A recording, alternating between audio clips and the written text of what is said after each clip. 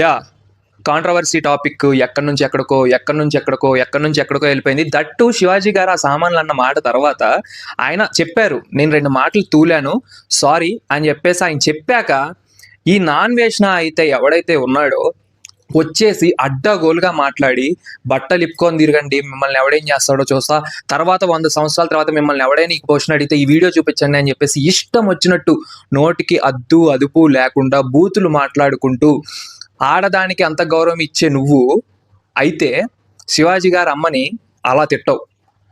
First of all నువ్వేంది, నీ ముడ్డి కింద తప్పులేంది, నువ్వు దేశాలు పట్టుకొని తిరుక్కుంటూ మా సనాతన ధర్మాన్ని, మా హిందువులు రేపు ఎక్కువ చేసేస్తున్నాను అడ్డగోలుగా వాగుతున్నావు.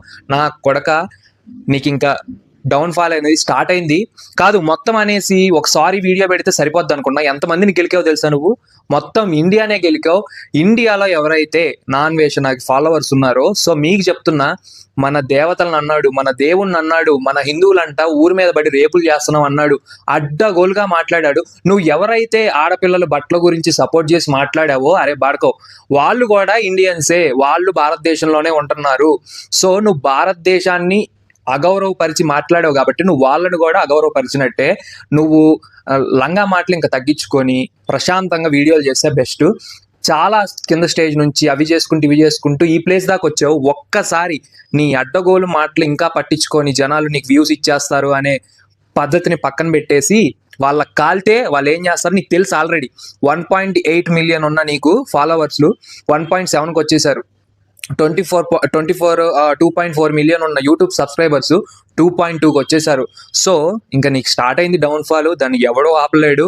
నువ్వు సీతమ్మని ఇష్టం వచ్చినట్లు మాట్లాడావు. దేవుడు అనేవాడు ఉన్నారు కదా, హనుమ అనేవాడు ఉన్నాడు కదా, నీ బతుకు బస్ స్టాండ్ అవ్వడానికి రెడీగా ఉండు. నెక్స్ట్ నువ్వు ఏదో అన్నావు, నేను సారీ చెప్తున్నాను, దాన్ని మీరు అర్థం చేసుకోకపోతే మీరు అష్టదరిద్రాలు అవుతుంది ఈ 2026లో కొత్త సంవత్సరంలో అని చెప్పేసి. నీకంటే దరిద్రుడు ఈ భూమి మీద ఎవడున్నాడు?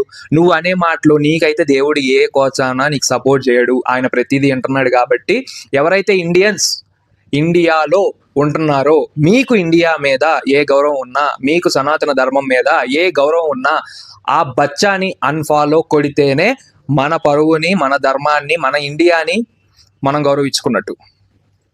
Thank you.